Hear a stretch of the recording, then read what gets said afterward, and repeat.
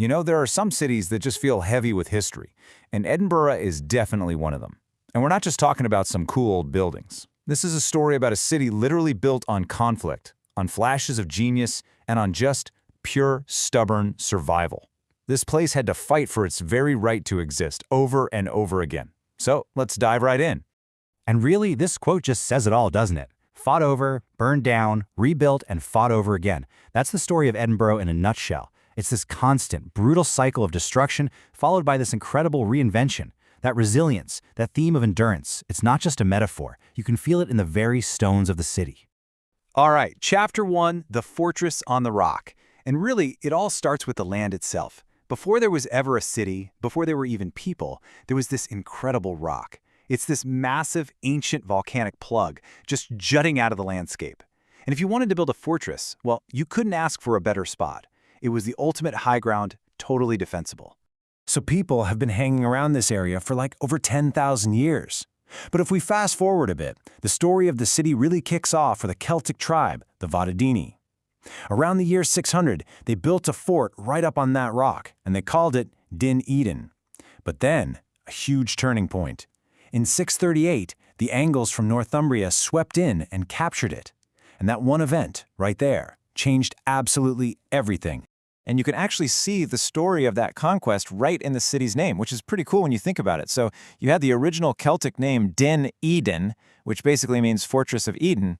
Then the Angles come along, they take Eden, and they stick their own word for a fort on the end, which was Burr. So Edinburgh. Over time, that just smoothed out into Edinburgh. It's literally a name made from two cultures crashing together. Next up, a capital forged in conflict. Because becoming the capital of Scotland, that was not a sure thing. Not at all. That identity had to be hammered out, literally, in the fires of medieval war. It was this non-stop, brutal power struggle with England right on its doorstep. And you can see the first signs of this shift from just a military fort to a real royal center, with King Malcolm Canmore and his Queen Margaret.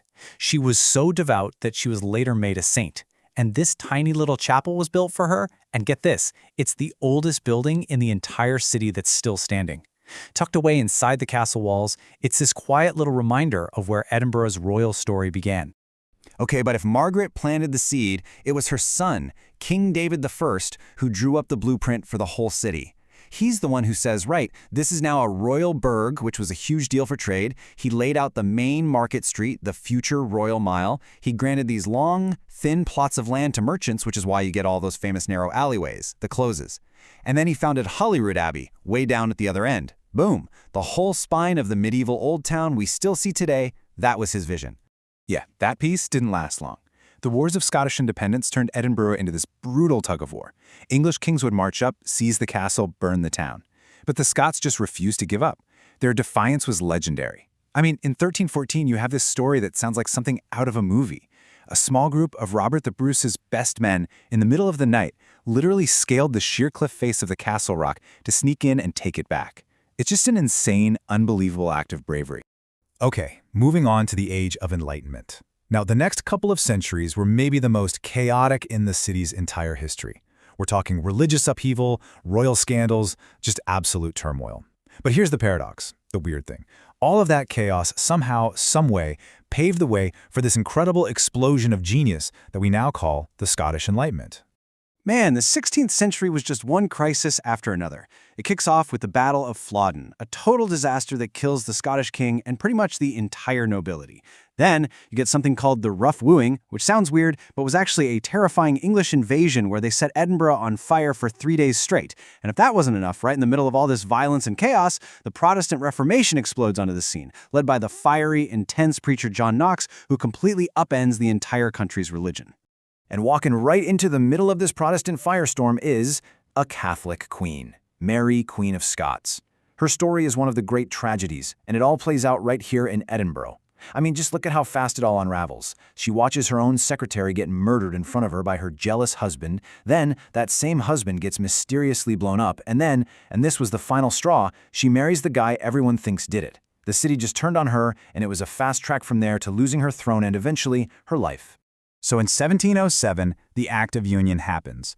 The Scottish and English parliaments merge, and Edinburgh is no longer the capital of an independent country. It loses its political power. And you'd think that would be the end of the story, right?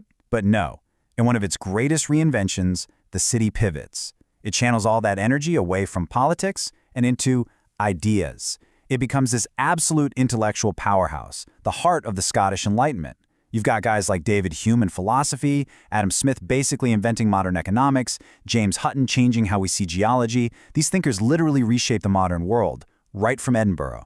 Which brings us to A Tale of Two Cities. Because this explosion of ideas was happening at the exact same time as a physical explosion in the city's design. In the 18th and 19th centuries, Edinburgh completely remade itself. It created this massive, stark contrast between its medieval past and its brand new enlightened future. It literally became two different cities living side by side.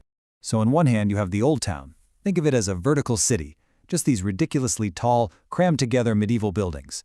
It was overcrowded, unsanitary, and famous for the cry of "Gardy Lou," which was basically a warning right before people chucked the contents of their chamber pots out the window onto the street below. Seriously. So what was the solution? The New Town. It was a total masterpiece of rational Georgian planning. Wide, elegant, symmetrical streets. It was built to be the exact opposite of the Old Town's chaos. It was pure order and reason, built in stone. But beneath all that Georgian elegance of the New Town, the poverty and desperation of the Old Town were still there. And that led to one of the most gruesome, dark tales in any city's history.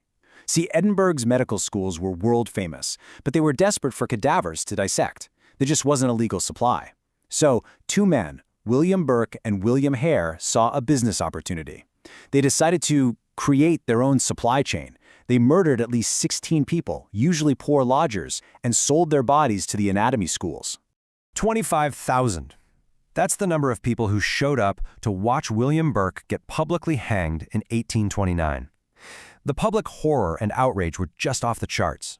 And in a kind of grim, poetic justice, his own body was then publicly dissected. You can still go and see his skeleton today, on display in the university's medical museum. And here's another one of those amazing Edinburgh contrasts. At the exact same time that the grim reality of Burke and Hare is unfolding, you have Sir Walter Scott doing the complete opposite. He's busy inventing the historical novel and basically creating this romantic, heroic, tartan-filled image of Scotland that the whole world fell in love with. His books were a global phenomenon, and they're a huge reason why people started seeing Scotland as this fascinating must-see destination. All right, on to the final chapter, the modern cultural capital. If there's one thing we've seen, it's that this city's defining skill is its ability to constantly reinvent itself. And in the 20th and 21st centuries, it pulled off its next great transformation, becoming a global capital of culture. So after the devastation of 2 world wars, what does Edinburgh do? It reinvents itself. Again, in 1947, it comes up with this incredible idea to start an international festival to help heal a war-torn Europe through the arts. Well, that idea kind of took off. Today, it's the biggest arts festival on the entire planet. And then, to top it off, you get this huge political rebirth when the Scottish Parliament is re-established in Edinburgh in 1999 after being gone for almost 300 years. And of course, that story is still being written. The Edinburgh of today is this bustling, modern city. It's got its share of modern challenges, for sure, like a serious housing crisis, but it's also got a booming economy, driven by finance, a really strong tech sector, and of course, the over 4 million tourists who come to walk these incredible historic streets every single year. So, you go from a fortress on a rock to a stage for royalty and rebellion to a global hub for ideas and art. Edinburgh's entire history is about stubborn survival and constant dramatic transformation. It's been a city of soldiers and saints, of scholars and, yes, of schemers. Which leaves us with just one question, really. What's the next chapter going to be?